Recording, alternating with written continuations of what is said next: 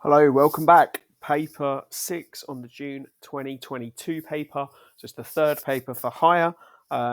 It's calculator and looking again at those grade boundaries. This is a total for all three papers. So when we look at the grade 4, that's going to be about 13 marks per paper to get that grade 4. 13 out of 80, and it sounds ludicrous, but that's the grade boundary. So again, revise, work hard. I mean, getting up to this grade 7, 57%, that's very, very doable. And then actually 81% for those of you aiming for that grade 9. There's lots of capable people out there, so work hard and you can get there. So let's get into it. So we've got question 1 to begin with. Here's a right angle triangle. So this is Pythagoras theorem. We've got that right angle triangle. We know that 8.5 squared subtract 4 squared is going to equal x squared. So we're going to put all that in and we're going to square root it as well. And if you're really good with your calculator, you can do it all in one go. I would suggest doing it stage by stage if you're not super confident with your calculator. So 8.5 squared, take away 4. Actually, let's go another stage further. Look, so 72.25, take away 16. Take away the 16. That's going to give you the square root of 56.25, and then our answer, if we square root that, is 7.5, and that's what the examiner wants to see because it's worth 2 marks. They want to see the formula, and then that final mark will be for your answer. So take your time, don't rush, don't skip stages. Okay, question 2, work out the value of t when m equals -3. So we've got 4 lots of -3 squared minus 11. So that's going to be 4 times by 9, take away 11, because -3 times -3 is +9. When bad things happen to bad people, that's a good thing. 4 times 9, yeah, doing that in my calculator, not making a mistake. And then that gives us, take away 11, 25. Okay, make p the subject of this formula. So if this was a function machine, we'd have p would be multiplied by 3, and then we'd be adding 4 to it. So we have to do the opposite and the reverse. So we're going to subtract 4 and divide by 3. So subtracting 4 first gives us d take away p equal, d take away 4 equals 3p, and then d take away 4 divided by 3 will equal p. And that's that. Okay, question 3. Rick, Selma, and Tony are playing a game with counters. Rick has some counters. Selma has hold on. Rick has some counters, x. Selma has twice the amount of counters as Rick, 2x. Tony has 6 counters less than Selma. Selma has 2x, so Tony has 2x minus 6. In total, they have 54 counters.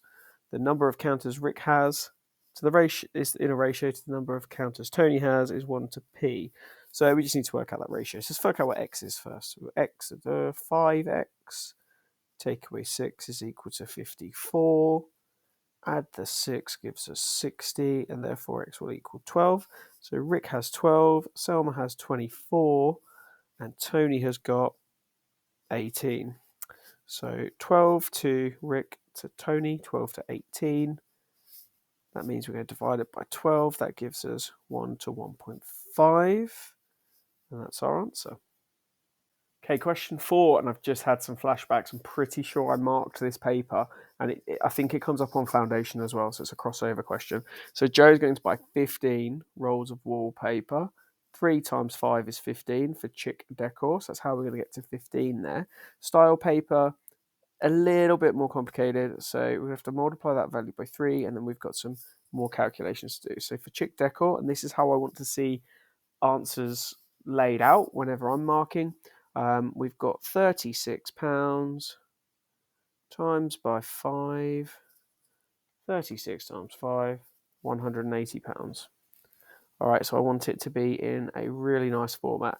So, okay, the £70 times by the 3 gives us 210, and then 12% off the normal price, which means the 210 is going to be multiplied by 0.88.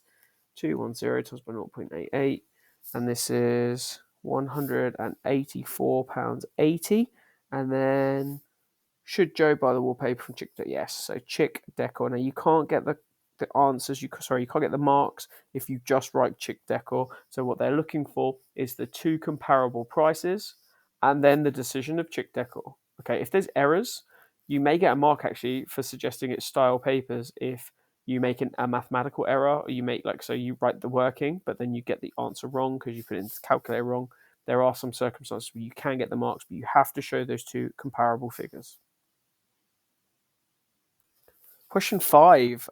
So we've got loads and loads of data here, expecting to do something with it, but actually write down 2 mistakes that Amos has made. So for this question, our first error is that 40 is missing from the y-axis.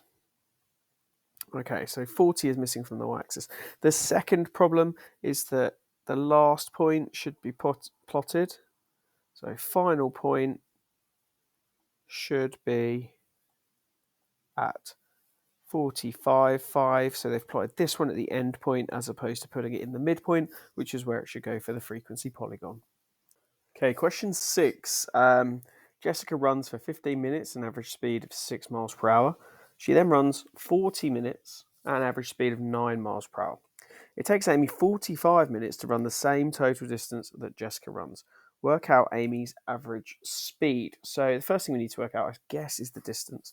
So we've got speed, distance, and time. 15 minutes is a quarter of an hour, so 0.25 times by 6. That gives us 1.5 mile. And then 40 minutes is sort of 2/3. I'm going to write that in that way. And then that's multiplied by 9, which gives us 6 miles. So in total, it's 7.5 miles that's been travelled. Now, Amy's done the same distance. So distance, 7.5 miles. That's going to be divided, because distance divided by time will give us her average speed, and we've got 0.75 because 45 minutes is 3/4 of an hour, which makes 0.75 as a decimal, and that gives us 10 miles per hour. Okay, question 7. Show that. Interesting type of question. Show that question. It just basically means here's a question, here's the answer. How do we get to the answer? So area of the trapezium, QUVR, which is the shaded area, is A. And it wants us to show that that shaded area is 2x squared plus 20x. Okay, so we need to work out QU. So we've got 3x plus 5, which is SV. And that's going to be equal to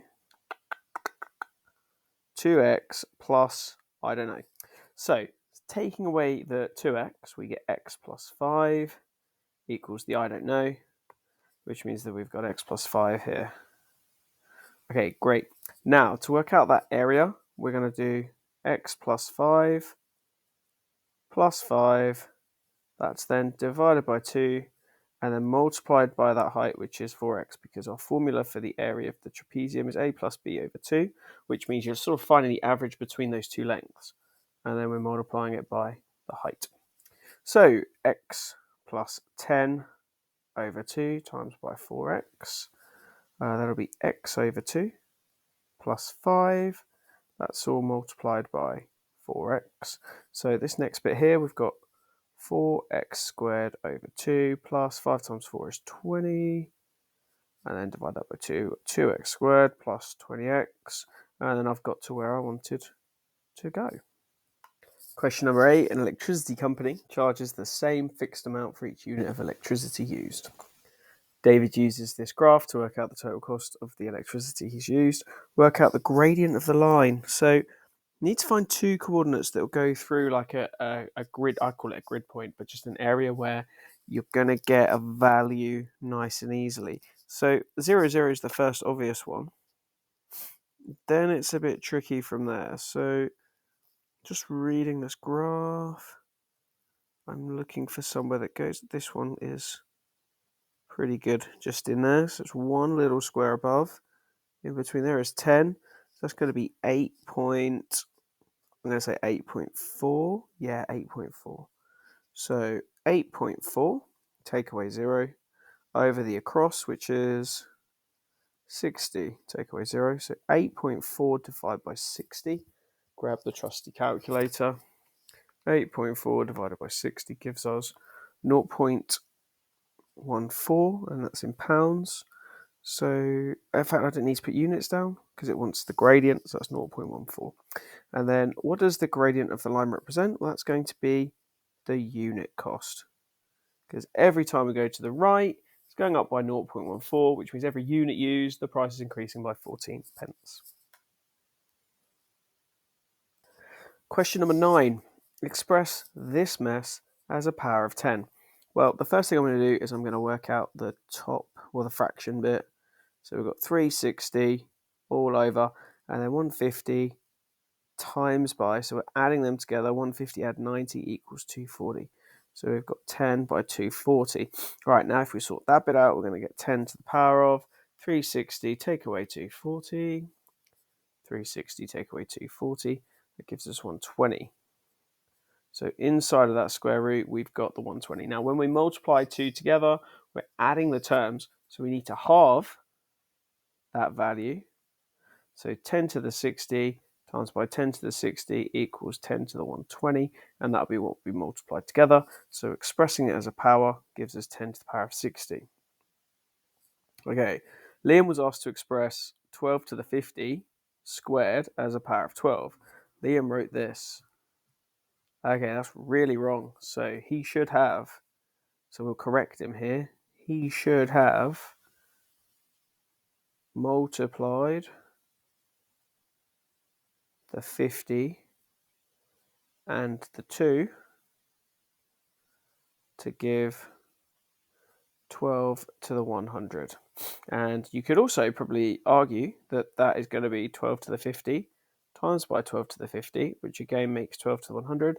As long as you correct Liam, you should be fine and you should get full credit. Okay, question 10. Jane bought a new car 3 years ago. At the end of the first year, the value of the car had decreased by 12.5%. So year one has gone down by 12.5%. I like to rewrite these questions so that I don't have to read all the words again. The value of the car then decreased. So year two, 10%, 10% each year. That's gone down by 10%. That's gone down by 10% for the next 2 years. At the end of the 3 years, the value of the car was £17,010. How much was it bought for 3 years ago? So we've got a value, B, and they've multiplied it by 0.875, and then by 0.9, and then by 0.9. And then that equaled 17010. Now I can multiply all three of those. So 0.875. Just done something very strange in my calculator, and I can't get it back. Oh no, exited, that's fine.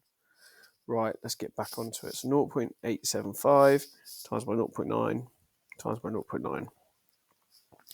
So that means the value has actually been multiplied by 0.70875 and equals £17,010. So if we now divide by that value, so 17010 divided by the answer, that gives us, oh, what a round figure, £24,000. Question 11. Raheem has 16 shirts, 5 pairs of jeans, and 3 jackets. Raheem chooses an outfit to wear. 1 shirt, 1 pair of jeans, 1 jacket. So he's got 16 options for shirts, 5 options for jeans, and 3 options for jackets. 16 times 5 times 3 gives us 240 options.